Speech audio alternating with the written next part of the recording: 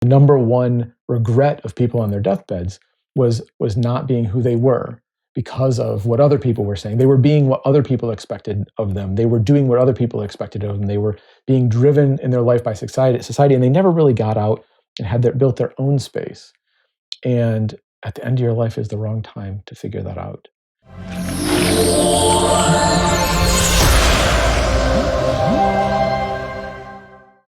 But it is not true that we are all connected and you cannot live without others.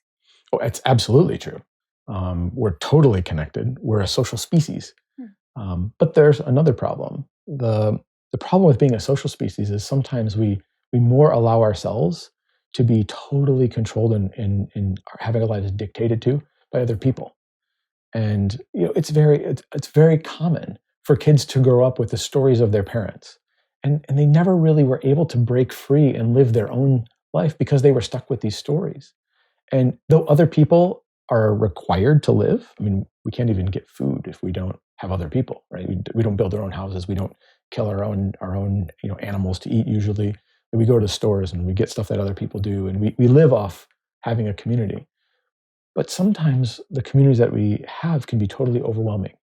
They can hold us back. They have criticisms. They tell us all of the things we shouldn't do. Maybe they're doing it out of total fear, right? A lot of times our parents tell us, no, don't do that. That's dangerous.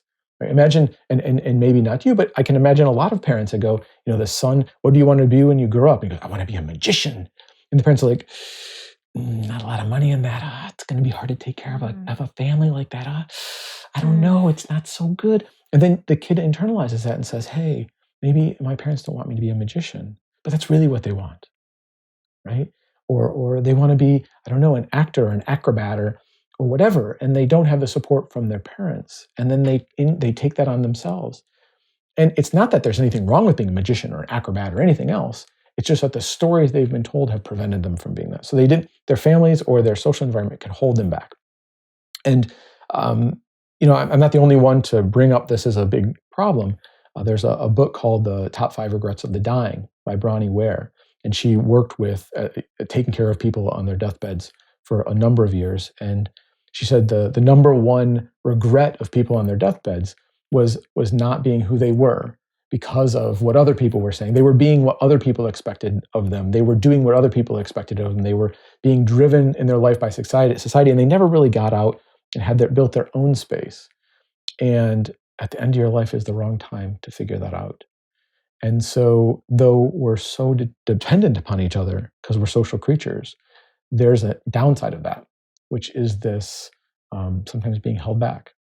Because just because somebody else doesn't know how to make something happen. I mean, imagine Elon Musk. I mean, Elon Musk's parents tell him, I'm going to build a rocket company. His parents are like, what are you, nuts? You're going to waste all of your money. Now, his parents didn't do that to him. But if he had normal parents, be like, you are nuts. You are the stupidest person. You're going to waste all that money. It's going to be for nothing. It's for some stupid dream. And he did it his own way, right? And he went his own direction. And look what happened now. He's done things nobody had ever done before. And I know there's people who love Elon Musk and people who hate Elon Musk. He's a very polarizing person. But there's a person who said, this is the direction that I'm going to go in my life. I'm going to take the hits. But this is where I'm going to go because for me, it's what's important. It's what's going to make a difference. And he went ahead. And a lot of times society holds us back. And the point of this is to not make that be the only way you face your life, but to have the chance to create a space for yourself, to go forward despite situation or circumstances, where those circumstances can be your community is against you, your family is against you, your friends are against you, or at least against what you're doing. And be able to stand up and say, yeah, but this is who I am. This is where I'm going. And do it anyway. So, what do you mean by the fundamental problem remains the same, which is about when people push you to do something, how to get the safety then? Yeah, I mean, in the end, what you're talking about, safety is a really important concept. And partially because of the neuroscience, because what the neuroscience shows is that we have emotional triggers. And that's how people get to us. That's how people start to drive us out of alignment, is they push this button. And safety is an acronym, right? It stands for security, autonomy, fairness, esteem, trust, and then you and your own personal triggers. And each one of these is a button other people can press and then drive us out of alignment. It starts the process of driving us out of alignment. So for example, security.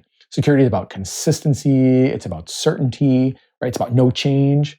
And so what people can do, if I know, for example, your safety buttons, I can push you out, and kids are great at knowing what our safety buttons are. So I just make things a little bit less certain for you, or a little bit more certain, and you go towards a little bit more certainty and away from a little bit less certainty. And you can control and manipulate people this way. And we all do it to each other, right? This is not some weird thing that's just under the table nobody knows about. But autonomy, if I want to take away your autonomy or give you autonomy, bosses, what's the big thing in companies? Want to give the people more autonomy so that they work harder, right? It's a button they want to push on you, right? Fairness. What do we want to do? We want to make everything fair, right? Because we know people like fairness. Then we have some people that are so fed up with fairness, they're like, wait a second, fairness is socialism. And you have all of these things, but it's all over these triggers. And that's it, right? You don't need much more. So we're actually pretty simple. And we all know how to press each other's buttons, and we do it all the time. So one of the things about our communities is our communities know us better than anybody else. They know which triggers we have. They know which buttons to press, and they press them all the time. And we press them on each other, right? Part of our relationship is knowing which buttons not to press and which buttons to press. And then we press those buttons sometimes in order to do certain things.